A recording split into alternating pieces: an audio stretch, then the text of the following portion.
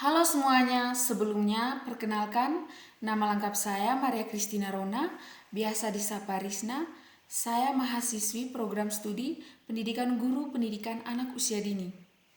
Di sini saya akan mempresentasikan materi tentang strategi pembelajaran kooperatif atau cooperative learning. Nah, untuk memahami materi ini lebih lanjut, perlu kita mengetahui definisi dari strategi pembelajaran.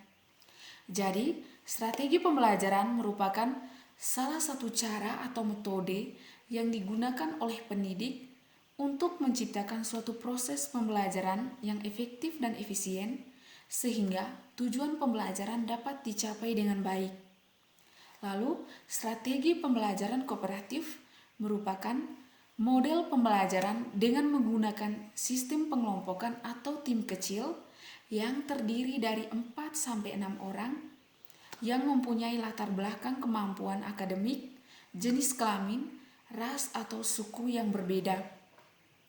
Lalu, unsur-unsur yang terdapat dalam strategi pembelajaran kooperatif. Yang pertama adalah saling ketergantungan positif. Pada poin ini menjelaskan bahwa pendidik perlu menyusun tugas sedemikian rupa untuk diberikan kepada peserta didik agar mereka mampu menyelesaikan tugas tersebut dengan baik. Lalu unsur yang kedua adalah tanggung jawab perseorangan. Nah, pada poin ini menjelaskan bahwa dalam pembelajaran kooperatif, setiap tugas yang diberikan oleh pendidik merupakan tanggung jawab dari semua anggota kelompok. Lalu unsur yang ketiga adalah tatap muka. Nah, dalam proses pembelajaran kooperatif ini, unsur tatap muka merupakan unsur yang terpenting karena tanpa adanya tatap muka, tugas tersebut tidak bisa diselesaikan dengan baik. Lalu unsur yang keempat adalah komunikasi antar anggota. Ini juga tidak kalah pentingnya dengan tatap muka. Karena untuk menyelesaikan tugas tersebut dengan baik, perlu adanya komunikasi dari semua anggota kelompok sehingga mereka dapat mengemukakan pendapat mereka masing-masing dan mereka dapat menghargai pendapat dari teman yang lainnya. Lalu unsur yang terakhir adalah evaluasi proses kelompok. Nah, unsur ini menjelaskan bahwa pendidik perlu melakukan evaluasi atau penilaian terhadap hasil kerja kelompok. Lalu, langkah-langkah yang perlu dilakukan oleh pendidik dalam menggunakan strategi pembelajaran kooperatif. Sebagai seorang pendidik, kita perlu mengetahui langkah-langkah dalam strategi pembelajaran kooperatif.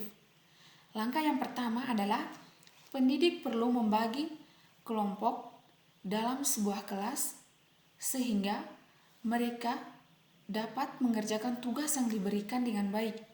Lalu yang kedua adalah pendidik perlu memberikan mereka tugas yang sesuai dengan kemampuan mereka.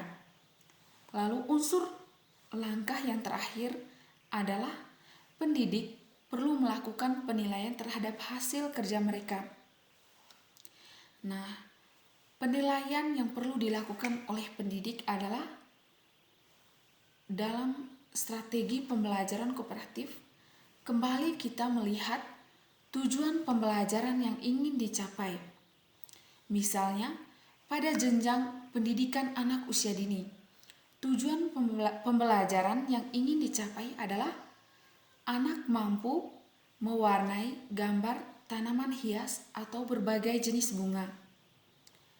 Nah, penilaiannya bisa dilakukan dengan pendidik mengamati hasil perpaduan warna yang dihasilkan oleh para peserta didik, dan dalam proses pembelajaran kooperatif ini, aspek yang perlu dinilai adalah aspek kerjasama. Nah, untuk menilai aspek kerjasama ini, pendidik perlu melakukan pengamatan terhadap proses kerja kelompok mereka. Baik, itu saja materi dari saya tentang strategi pembelajaran kooperatif. Mohon maaf bila terdapat kekeliruan dalam penyampaian materi ini. Sekian dan terima kasih.